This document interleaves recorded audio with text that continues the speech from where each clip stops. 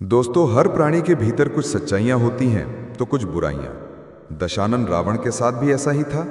रावण का सबसे बड़ा दुर्गुण था उसका अहंकार, जिसने उसका सर्वनाश कर दिया। लेकिन यह भी सच है कि रावण में अनेक खूबियां भी थीं जो उसे महान बनती हैं। महर्षि वाल्मीकि के द्वारा लिखित रामायण में यह वर्णन आता है कि एक बार जब हनुमान प्रभु श्री राम की आज्ञा से माता सीता की खोज में लंका आए थे तो वे खुद रावण की खूबियों को देखकर आकर्षित हो गए थे। दशानंद रावण एक महापंडित था तथा उसकी तप में जो कठोरता थी वो शायद ही उस काल में किसी ऋषि मुनि में हो। रावण बहुत ही विद्वान कर वेदों का ज्ञाता तथा सभी विधाओं में पारंगत था।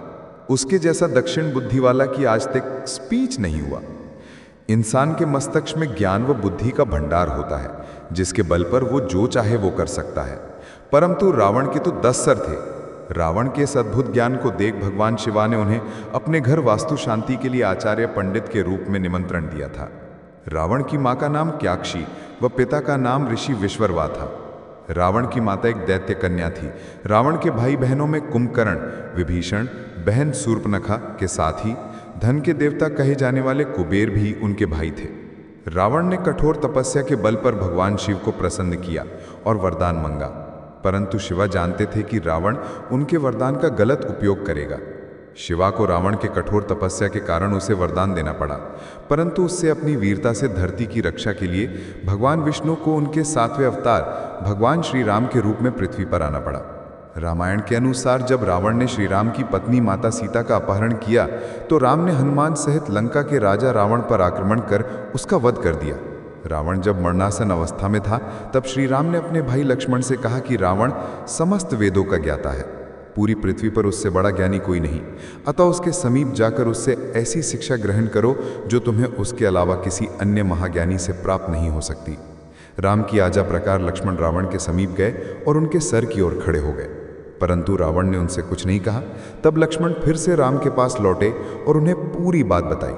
तब श्री राम लक्ष्मण को समझते हुए बोले कि यदि तुम किसी से ज्ञान ग्रहण करना चाहते हो तो हमेशा उसके चरणों की तरफ खड़े होना चाहिए, ना कि सर की ओर। लक्ष्मण फिर रावण के पास गए, परंतु इस समय वे रावण के चरणों की तरफ खड़े हुए।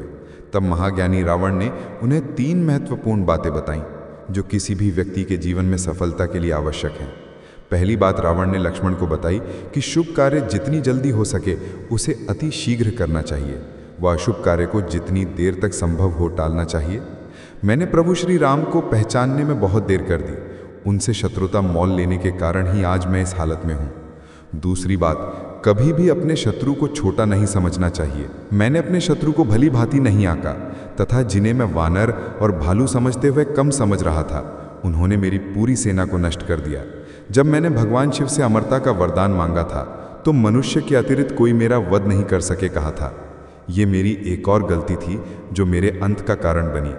तीसरी और सबसे महत्वपूर्ण बात, यदि तुम्हारे जीवन का कोई राज हो तो उसे अपने तक ही सीमित रखना चाहिए। अपना राज किसी प्रिय को नहीं बताना चाहिए, चाहे वो तुम्हारा कितना भी करीबी क्यों ना हो। या भूलकर मैंने विभीषण को अपना राज बता दिया और जिंदगी की तीसरी सबसे बड़ी गलती कर बैठा। दोस्तों, हम इस चैनल पर आगे भी ऐसी ही लाइफ चेंजिंग वीडियो लाते रहेंगे, तो इस चैनल को सब्सक्राइब करें और बेल आइकन को भी दबाएं, जिससे कि हमारा कोई भी वीडियो आपसे मिस ना हो। वीडियो को अंत तक देखने के लिए शुक्रिया।